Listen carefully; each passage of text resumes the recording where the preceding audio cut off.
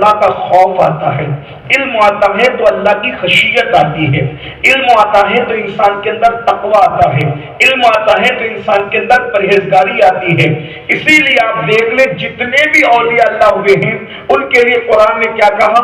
الذین آمنوا وکانوا یتقون، کہ ولی وہ ہوتے ہیں جو ایمان والے اور اللہ سے ڈرنے والے ہوتے ہیں، تقوی اور پرہیزگاری والے ہوتے ہیں۔ تو ظاہر سی بات ہے جہاں علم ہے وہی تقوی ہے، جہاں علم ہے وہی خشیت ربانی ہے، جہاں علم ہے وہی اللہ کا خوف ہے۔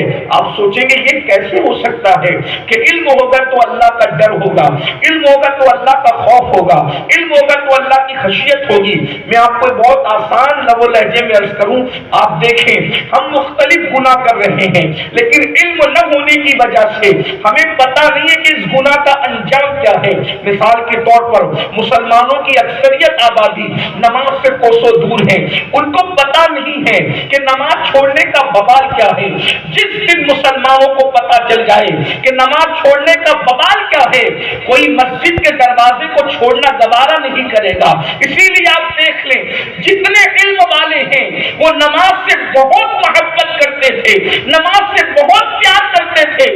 حضور غوث پاک شیخ عبد القادر جیلانی رضی اللہ تعالیٰ نے ارشاد فرماتے ہیں درست العلم حتی صرت قطبہ، میں علم حاصل کرتا رہا یہاں تک کہ اللہ نے مجھے مقام قطبیت عطا فرما دیا۔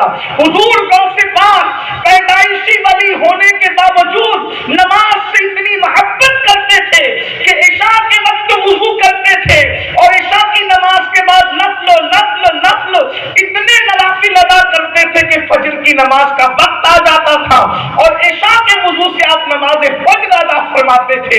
آپ اندازہ کریں یہ کیوں تھا؟ انہیں پتا تھا کہ نماز میں ملتا کیا ہے، انہیں علم تھا کہ نماز کی برکتیں کیا ہیں، انہیں علم تھا کہ نماز کی فضیلتیں کیا ہیں، انہیں علم تھا کہ نماز چھوڑنے پر وعید کیا ہے۔ میں یقین کے ساتھ کہتا ہوں جس دن نماز ترک کرنے کا وبال اس قوم کو پتا چل جائے، علم آ جائے کہ نماز چھوڑنے کا وبال کیا ہے، وہ کبھی نماز نہیں چھوڑیں گے۔ علم نہیں ہے اس لیے نماز سے کوسوں دور ہے۔ آئیے میں آپ کے سامنے چند احادیث رکھتا ہوں، آپ کو پتا چلے گا۔ آج کل لوگ یہ سوچتے ہیں مولانا نماز نہیں بھی پڑھیں گے تو ہم مسلمان تو رہیں گے، ہم مومن تو رہیں گے، ہم ایمان والے تو رہیں گے۔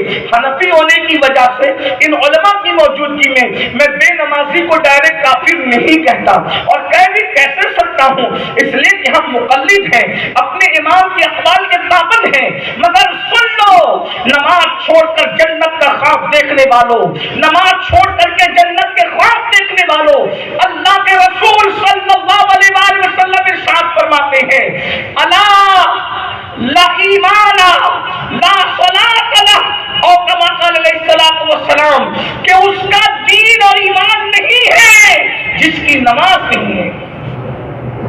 یہ اللہ کے رسول علیہ الصلوۃ والتسلیم فرما رہے ہیں اس کا دین نہیں جس کی نماز نہیں۔ اب آپ مجھے بتائیں اللہ کے رسول صلی اللہ علیہ وآلہ وسلم اس کو بے دین قرار دے جس کی زندگی میں نماز نہیں ہے، لیکن لوگوں کے پاس اس کا علم نہیں ہے۔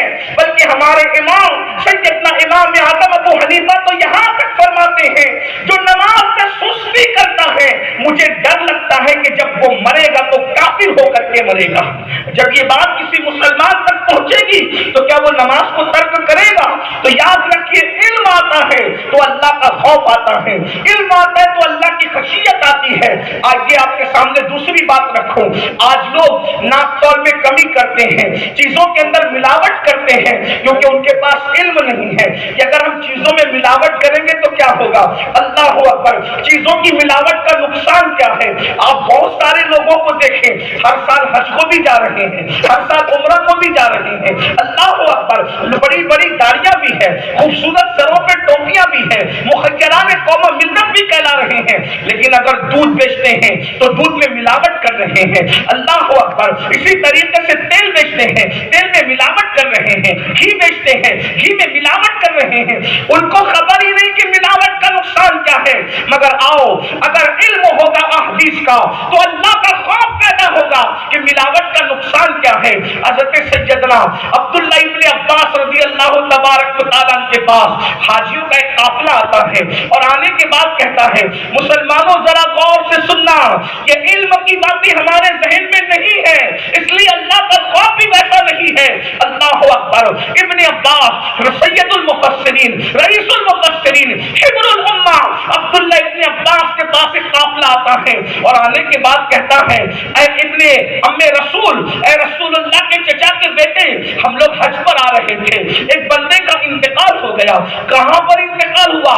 حج کے سفر میں۔ اور مسلمانوں یاد رکھو، ماں اور بہنوں کی بھی توجہ، کیا یہ حدیث رسول نہیں کہ سفر حج میں مرنے والا اتنا خوش نصیب ہے کہ جو سفر حج میں مرے گا ہر سال اس کو حج کرنے کا شرف حاصل ہوگا۔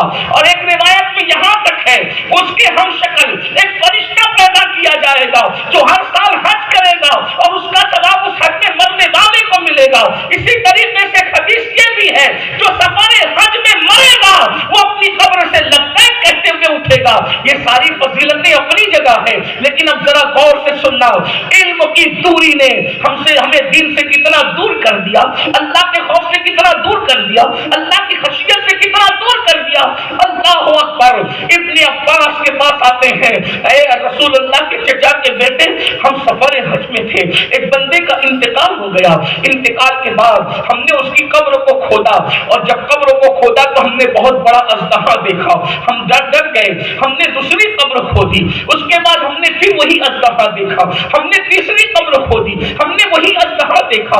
اب آپ کے پاس آئے ہیں، اب آپ ہی بتائیں کیا کریں؟ جتنی قبر کھودتے ہیں اس میں اژدہا نظر آتا ہے، کس کی قبر کھودی جا رہی ہے؟